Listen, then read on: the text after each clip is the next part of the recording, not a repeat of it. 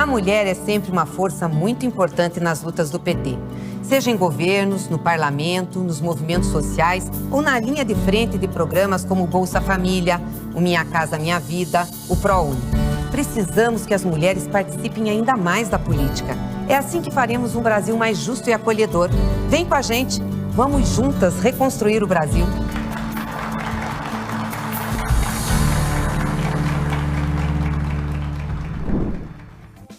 O tema das aulas desta semana no TV Elas por Elas Formação Eleições é Cultura. Na segunda aula deste bloco, Ana Terra Viana vai conversar com a gente sobre mulheres e cultura. Olá, companheiras, eu sou Ana Terra, sou artista, jornalista, já fui candidata aí algumas vezes pelo Partido dos Trabalhadores e hoje estou aqui para falar para vocês na segunda parte da nossa aula sobre as mulheres e a cultura. Bom, a gente sabe que a pauta feminista ela é transversal, né? Então, é a nossa luta por garantia de todos os nossos direitos, os direitos das mulheres, que perpassam pelo direito à vida, educação, saúde, moradia, alimentação, nossos próprios corpos. E o direito à cultura também se encaixa aí nesse espectro dos nossos direitos enquanto seres humanas, enquanto mulheres que fazem a luta diária para criar os nossos filhos, cuidar das nossas casas, enfim, fazer todas as funções que nós fazemos muito bem e fazemos muitas ao mesmo tempo, né? E para além desses básicos direitos, cotidianamente as mulheres enfrentam aí as mazelas da vida, né? E com uma necessidade do suporte do Estado muito maior do que o suporte que necessitam os homens, por exemplo. Nós, mulheres, a gente é a maior usuária dos espaços públicos das cidades, as que circulam mais na cidade e se utilizam das ruas, das calçadas, além de se locomover até o trabalho, levar a criança na escola, geralmente ser responsável pelo cuidado de outras parentes da família quando estão doentes, então para levar num médico, é sempre a grande maioria das vezes, somos nós mulheres que cumprimos esse papel da pessoa que cuida, né? E faz compras do mercado, sai para trabalhar, enfim. Para que as mulheres tenham mais facilidade no seu dia a dia, é necessário que o Estado facilite essa vida para a gente. E aí entra o discurso, o debate do direito à cidade. É necessário que a gente tenha boas calçadas para se caminhar com um carrinho de bebê, por exemplo. Necessário que as ruas sejam tranquilas para que a gente se locomova de carro. Necessário que existam ônibus disponíveis nas mais diversas regiões para que a gente consiga se locomover de um lugar para o outro. Necessário que tenha arborização dentro da cidade para a gente caminhar muito, poder descansar embaixo de uma árvore, poder sentar num banco de praça, enfim. Inclusive, praças podem proporcionar também descanso e lazer, né? Se a gente tiver um espaço para as crianças poderem se divertir, um espaço em que a mãe, enquanto isso, possa sentar, ler um livro. Uma das ideias bacanas que a gente poderia implementar enquanto política pública e pensar aí enquanto mulheres que estão se colocando como candidatas no poder público são bibliotecas públicas abertas em praças, por exemplo. Isso aí auxiliaria muitas mulheres a terem acesso à cultura, acesso à leitura, à literatura.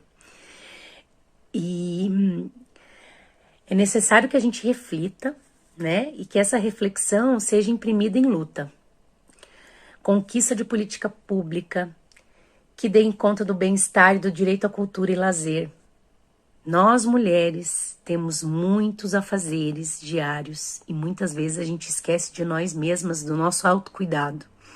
E o lazer, a arte, eles podem estar imprimidos aí nesse autocuidado, porque a arte liberta, educa, nos faz enxergar o mundo sob outras perspectivas e proporciona lazer também. Não é um gostoso assistir uma peça de teatro, assistir um cinema, assistir a um show. O direito à cultura também é um direito à saúde e à educação, já que ao lado da educação, a cultura é uma ferramenta de transformação social. E a necessidade de correr atrás dos direitos básicos que as mulheres têm, principalmente nesse momento que a gente vive uma crise política, social, econômica e um Estado genocida, né? Um Estado que não se preocupa nem um pouco com o bem-estar das pessoas, pelo contrário, né? A gente tem corrido ainda mais, as mulheres têm dormido sem saber se vai ter o gás para cozinhar o alimento das crianças e da família no outro dia. Essa correria do dia a dia faz com que a gente se afaste da gente mesma. E acesso à cultura e arte são pontos em que podem auxiliar a nossa saúde mental, o nosso bem-estar e a proporção de lazer e alegria, né? Como diz a música lá do Titãs, a gente não quer só comida, a gente quer comida, diversão e arte. Tá difícil botar comida na mesa do brasileiro e da brasileira hoje em dia. Mas isso faz com que a gente corra ainda mais do que a gente já corre em momentos de um bem-estar social um pouco melhor. Calcule agora, né? Então a gente precisa imprimir essa luta dentro da política e principalmente essa luta dentro da política de nós mulheres, as mulheres que pretendem entrar no poder público, nos espaços legislativos e executivo para transformar, até porque a gente sabe que mulher entra nesses espaços para transformar, né? Então a nossa luta não tem que ser apenas por direitos básicos que estão na Constituição. O direito à cultura também faz parte desses direitos básicos. Mas ele é muito esquecido porque se esquece que alimentar a mente, alimentar a alma, também faz parte de um direito. E para a gente avançar em o nosso espaço no mundo, enquanto seres igualitários, enquanto mulheres que vivem o mundo e que têm o direito, tanto direito quanto qualquer outro homem e qualquer outra pessoa dentro do mundo, a gente precisa ter o direito à cultura no nosso horizonte. Então, precisamos falar mais sobre o direito das mulheres a momentos de lazer e momentos de alegria.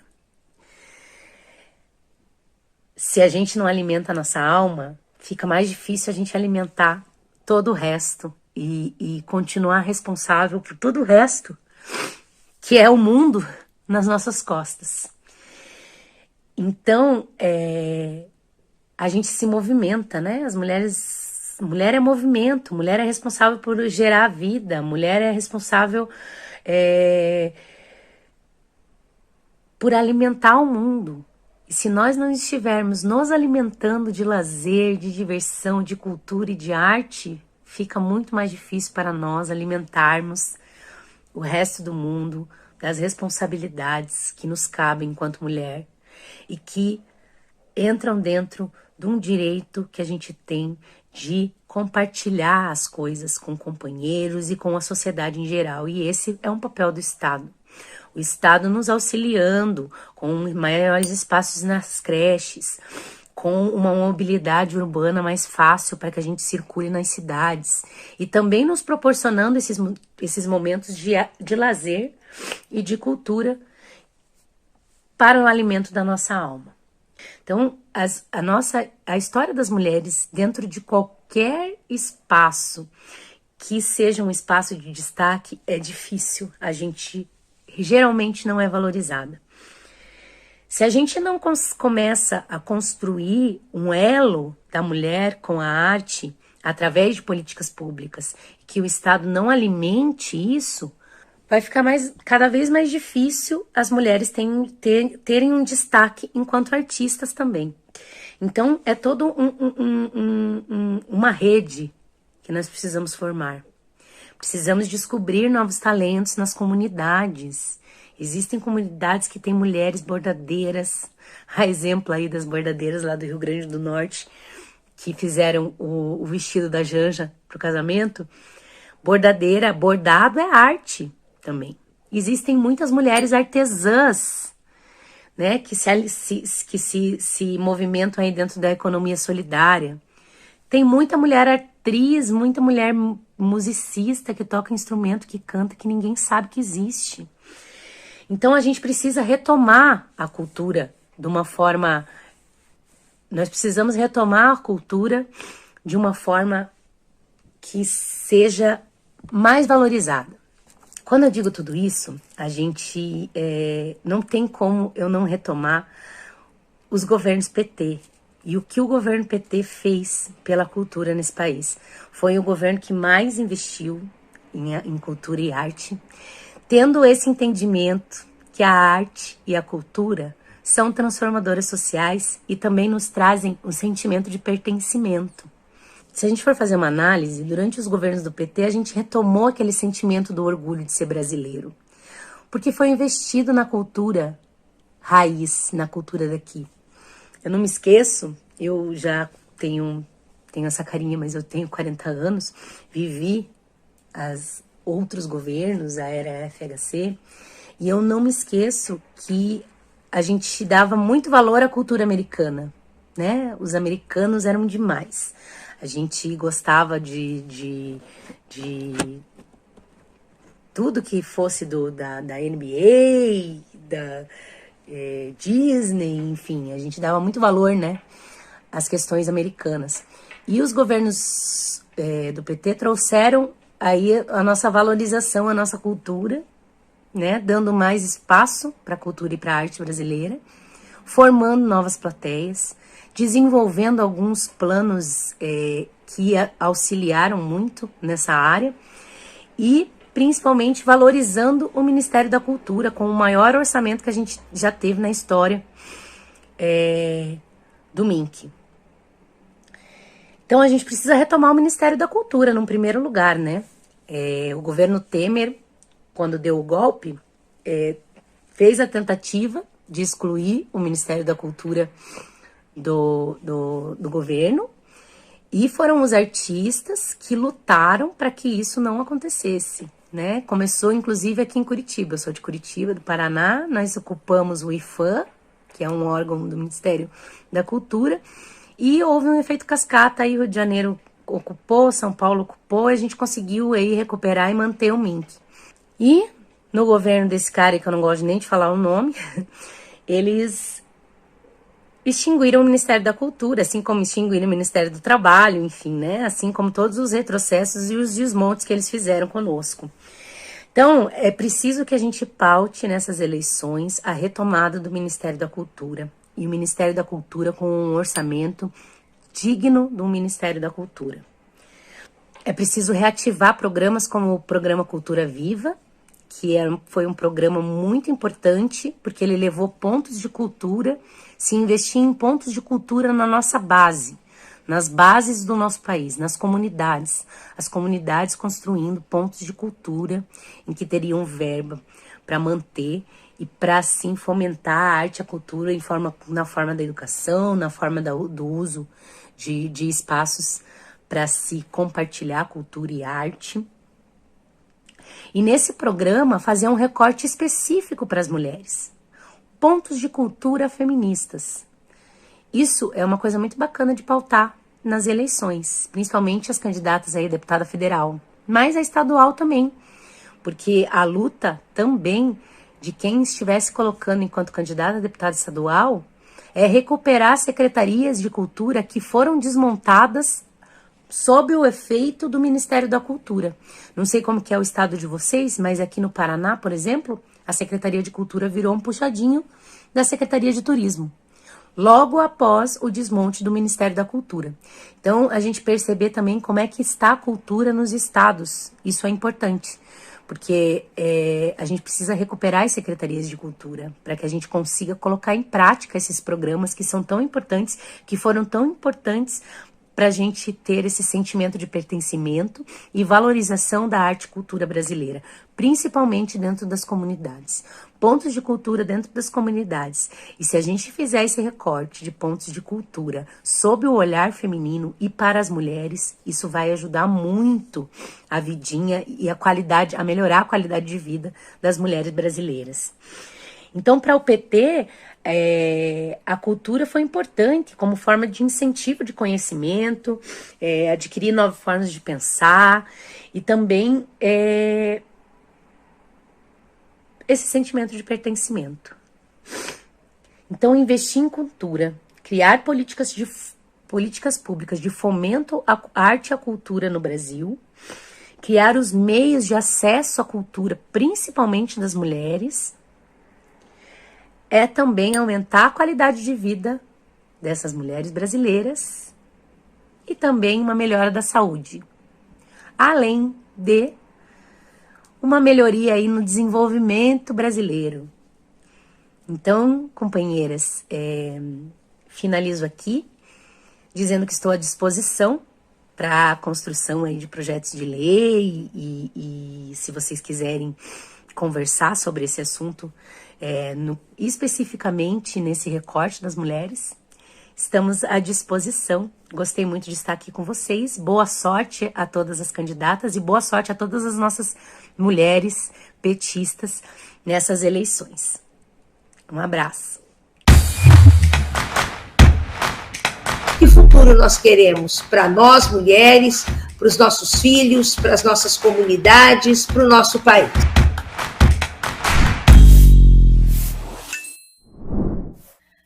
Oi, pessoal, tudo bem? Meu nome é Ana Carolina Nunes, eu sou doutoranda em Administração Pública e Governo e pesquisadora em políticas públicas. E eu também sou ativista em mobilidade urbana e contra a violência de gênero. E é nessa posição que eu estou aqui para conversar com vocês. Eu vim falar sobre direito à mobilidade e tentar conectar essa noção de direito à mobilidade com as desigualdades nas cidades, né? Como a mobilidade pode nos ajudar a entender a lógica dessas desigualdades nas cidades, né? Antes de começar, eu queria ressaltar com vocês que provavelmente vocês já devem ter percebido que essa temática da mobilidade urbana, de política urbana de maneira geral, é muito dominada por homens, né? E isso tem muito a ver com o processo de exclusão que acontece nas nossas cidades, né? Porque são políticas pensadas por um grupo muito restrito de pessoas, e por isso que é muito bom que mulheres como vocês, que estão por aqui, se engajem politicamente nessa luta, para a gente entender essa realidade que a gente tem que mudar, mas também que os homens que estão na posição de poder, né, que eles se preocupem em entender melhor como que as decisões deles também acabam contribuindo muitas vezes para piorar as desigualdades. Vocês já viram em aulas anteriores, né, discussões sobre direito à cidade com perspectiva de gênero e também sobre como entender as desigualdades na cidade a partir de uma visão interseccional, né, que considera o cruzamento das diferentes formas de opressão. Agora, a gente vai tentar entender como a mobilidade urbana se relaciona com tudo isso que vocês já viram. Então, assim, para começar, eu queria propor um exercício. Eu queria que você, que está assistindo essa aula, parasse para pensar na última vez que você precisou sair de casa para qualquer lugar, seja trabalho, estudos, compra, visita, etc. Como que você se locomoveu? Você foi a pé, de ônibus, de carro, de bicicleta, de moto? E para onde que você foi? E aí, eu queria que você pensasse como é que você decidiu de que forma que você ia fazer esse trajeto que você fez, né? Você provavelmente deve estar pensando aí no tempo, né? No tempo que você tinha disponível para chegar até o lugar, no horário que você precisava chegar, no quanto que você gostaria ou poderia gastar para fazer esse deslocamento. Então, aí você toma essa decisão. No que ou com quem você precisaria ir, se você precisava levar alguma coisa, precisava ir com alguém, então dependendo, poderia ser de um jeito ou de outro, né, com o meio de transporte de outro, e também, obviamente, em quais os meios de transporte, as opções que estavam disponíveis para você usar para se locomover até esse lugar onde você precisava ir. Mas você também pensou, por exemplo, no que seria mais confortável para você? Em que meio de se deslocar seria mais saudável, ou que polui menos, ou que faria você sentir mais segura nesse trajeto, né? E nas outras vezes em que você se desloca, normalmente, quais são os fatores que você leva em conta na hora de decidir como que você vai? Eu pedi para você pensar na sua realidade, em como você toma essa decisão, para que a gente conseguisse entrar em um aspecto crucial de quando a gente fala de direito à mobilidade, que é a possibilidade de escolha. O direito à mobilidade, ele está ligado à nossa possibilidade, enquanto cidadãos e cidadãos, de nos movermos pelo território, né, pelas nossas cidades, quando, como, para onde a gente quiser, né? Mas não é de qualquer jeito, né? Assim, não adianta só conseguir se mover, mas a gente se mover e aproveitar o território com segurança, com qualidade, com conforto, né? Não é simplesmente o direito de ir e vir de um ponto a outro, né? Mas o de viver o território e a cidade da maneira como a gente prefere. Para deixar isso um pouco mais fácil de visualizar, eu vou contar uma historinha aqui para vocês, né? É a história do João e da Mariana. São duas pessoas que têm a mesma idade, os dois têm 25 anos, e trabalham na mesma empresa, moram na mesma cidade, ganham o mesmo salário de R$ 3.500 por mês, né? O João, ele é solteiro, ele mora com os pais dele, a 2 quilômetros do centro da cidade, e tem uma estação de metrô muito perto da casa dele. Já a Mariana, ela tem 2 filhos pequenos, ela é recém-separada e ela mora a 10 quilômetros do centro da mesma cidade e não tem metrô perto da casa dela. O João, ele vai de metrô para o trabalho, mas ele está ensaiando começar a ir de bicicleta, porque é mais gostoso, né? E ele normalmente vai de casa para o trabalho, do trabalho para casa e de fim de semana dá uns rolezinhos, né? Mas ele vai começar a fazer um curso de inglês 2 vezes por semana, aproveitando que a empresa dá um descontinho, aí a bicicleta vai ajudar ele a fazer esses trajetos sem gastar menos e além de ser mais confortável. A Mariana, por sua vez, ela precisa pegar 2 ônibus e um metrô para ir para o trabalho. E como ela tem 2 filhos, ela tem que sair de casa bem cedinho para deixar os filhos na escola. E também precisa gastar uma parte do dinheiro dela para pagar um ônibus escolar para buscar os filhos na escola e deixar na casa da vizinha, que cuida dos filhos até a Mariana chegar em casa. Às vezes ela precisa pedir para a vizinha ficar um pouquinho mais com as crianças, porque ela precisa passar no mercado para comprar as coisas da casa. De fim de semana, a Mariana quase nunca consegue passear, porque ela precisa resolver as coisas de casa e às vezes ela precisa visitar a mãe que está com probleminha de saúde. Às vezes ela passeia com os filhos, mas ela fica pelo bairro mesmo, porque ia ficar muito caro ficar levando e voltando para o centro, né? Ela também queria fazer o curso de inglês 2 vezes por semana, que nem o João tá fazendo, né? E a vizinha até se ofereceu para ficar com as crianças até mais tarde, durante a semana.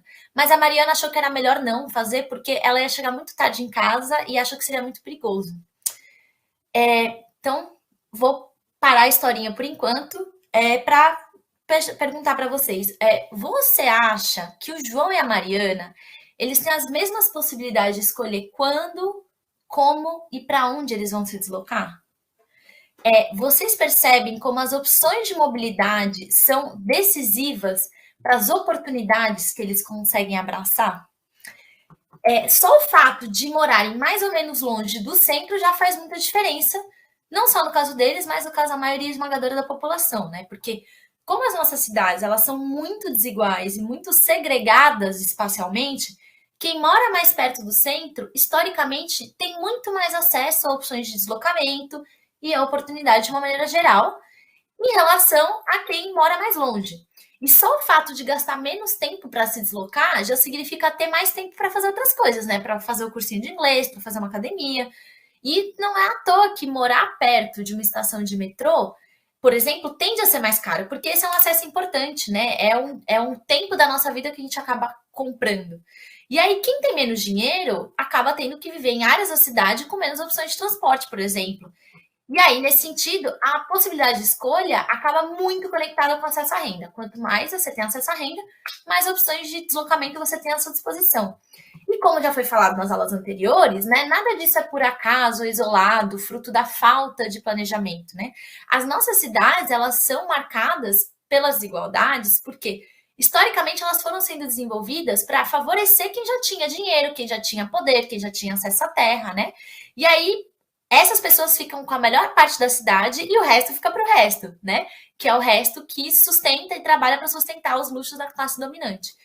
E isso está muito conectado, obviamente, também com a nossa segregação racial do espaço, né? As áreas mais nobres, entre aspas, da cidade, elas são praticamente exclusivas da população branca, mesmo em cidade onde você tem uma maior proporção de pessoas negras morando, enquanto a população negra e indígena elas são empurradas para as áreas da cidade que são mais baratas, né, com menos acesso à rede de esgoto, distribuição de água, energia, serviços de uma maneira geral, né, e inclusive a opções de transporte, né. Mas como eu trouxe no exemplo do João e da Mariana, a gente não consegue explicar essas diferenças entre os acessos da cidade só por onde a pessoa mora, mas também como a pessoa vive, né? Então, às vezes as pessoas podem morar no mesmo lugar, mas acessar a cidade de maneira diferente por causa dos papéis diferentes que as duas pessoas exercem na organização da sociedade. Isso se conecta muito com dois tipos de divisão do trabalho. A primeira é a divisão sexual do trabalho, e aqui no exemplo fica muito óbvio com o João e a Mariana, né? Como as mulheres são mais responsabilizadas por funções de cuidado, por exemplo, a Mariana, ela cuida dos filhos e precisa eventualmente cuidar da mãe. Ela só vai poder aceitar um emprego que permita que ela leve as crianças na escola, ou ela vai ter que guardar uma parte do salário para garantir que os filhos consigam ir e voltar da escola. E aí isso vai determinar, inclusive, as oportunidades que ela pega e como ela vai se deslocar. O João, por sua vez, ele é solteiro, não tem filhos, mora com os pais. Ele não tem essa responsabilidade de cuidado. Talvez ele nem se preocupe com os cuidados domésticos, porque talvez a mãe dele cuide de tudo, né? Pensando nessa divisão sexual do trabalho. Então, ele nem faça viagem para ir no mercado, ele nem se desloque para fazer compras no supermercado, porque ele nem se preocupa com isso, porque tem outra pessoa que pensa nisso para ele, né? E a outra divisão do trabalho é uma divisão racial também, que faz muita diferença, né? Porque também pela nossa construção histórica da sociedade brasileira, as populações negra e indígenas são relegadas a ocupações de trabalho pior remuneradas, né? E também com mais níveis de informalidade, né? Então, isso significa que quem não tem emprego formal ou recebe salários muito baixos, né? Que é a realidade de grande parte das populações racializadas negra e indígena no Brasil, vai ter que economizar o máximo possível com o transporte. Porque se não economizar com o transporte, vai pagar para trabalhar, né? E aí, por isso que não vai conseguir reservar dinheiro para se deslocar, às vezes para fazer um curso, né? Ou cuidar da própria saúde, ou passear, porque não tem grana para se deslocar, né? Então, para alguns grupos de pessoas, essas estruturas de opressão, né, que determinam o que as pessoas vão fazer, o que elas conseguem fazer, elas se cruzam nessas funções, né? E aí é o caso das mulheres negras, chefes de família e moradoras da periferia, seriam os grupos de pessoas na cidade com as piores condições de moradia, de trabalho e, consequentemente, de mobilidade. Justamente porque são pessoas que acumulam muitas funções, né, de cuidado, menos possibilidades e oportunidades de acesso à renda e a bons lugares para morar. E então, justamente por isso, tem menos condições de escolher como que querem se locomover. E, enfim, acabam tendo que cuidar de várias coisas dos filhos, da família, da comunidade, mas não tem tempo para cuidar de si mesmas, né? E acessar mais oportunidades que, inclusive, permitiriam que elas melhorassem de vida, né? De condição de vida. E aí eu queria aproveitar esse exemplo para trazer uma coisa que eu aprendi com uma colega minha, que é pesquisadora, chama Aide Swab, e que ela mostra nas pesquisas dela a importância de, quando a gente vai falar sobre desigualdade da mobilidade urbana, a gente complexificar um pouco mais o conceito de mulheres. Porque não adianta, porque é um conceito muito amplo, né? Então não adianta a gente só falar assim, a desigualdade na mobilidade urbana de gênero é porque as mulheres andam menos de carro e mais a pé do que os homens. Porque a categoria mulheres é muito ampla, isso vai depender muito se a mulher, por exemplo, é responsável, se ela tem filhos, se ela é chefe de família, se ela tem emprego formal ou não, né? Então, uma mulher que é chefe de família, tem filhos e não tem emprego formal, ela vai ter possibilidades de se deslocar muito piores do que uma mulher que tem emprego formal e mora num lugar bom e não tem filhos, entendeu? Que mora num lugar bem localizado na cidade e não tem filhos, né? Assim como tem algumas mulheres que elas vão ter condições de deslocamento, mais oportunidades de deslocamento melhores do que homens, do que alguns homens que estão em uma situação social pior do que elas, né? Esses fatores que eu trouxe aqui, eles estão sempre se cruzando, né? E determinando os acessos que a gente tem à cidade e à mobilidade. Então, é por isso que é tão importante a gente ter sempre um olhar interseccional de como as diferentes formas de opressão se cruzam, como vocês viram em outras aulas, né? E quando eu falo disso, pode até parecer que eu estou tirando coisa da minha cabeça, porque não são informações assim que aparecem com muita evidência, com tanta evidência nos dados. E isso tem uma razão. Porque, historicamente, as políticas de mobilidade, elas foram pensadas para duas coisas. Para garantir que a elite, que basicamente se desloca de carro, conseguisse se deslocar sem pegar trânsito e que a massa trabalhadora chegasse nos seus trabalhos de transporte público, né? Nas duas primeiras aulas desta semana, a convidada Ana Terra Viana fez a relação entre as mulheres e a cultura. E amanhã, a professora universitária e membro da coordenação do Setorial Nacional de Educação do PT, Selma Rocha, irá aprofundar ainda mais o assunto. Reveja esta e outras aulas na playlist TV Elas por Elas Formação, no canal da TV PT no YouTube ou em formato de podcast no Spotify.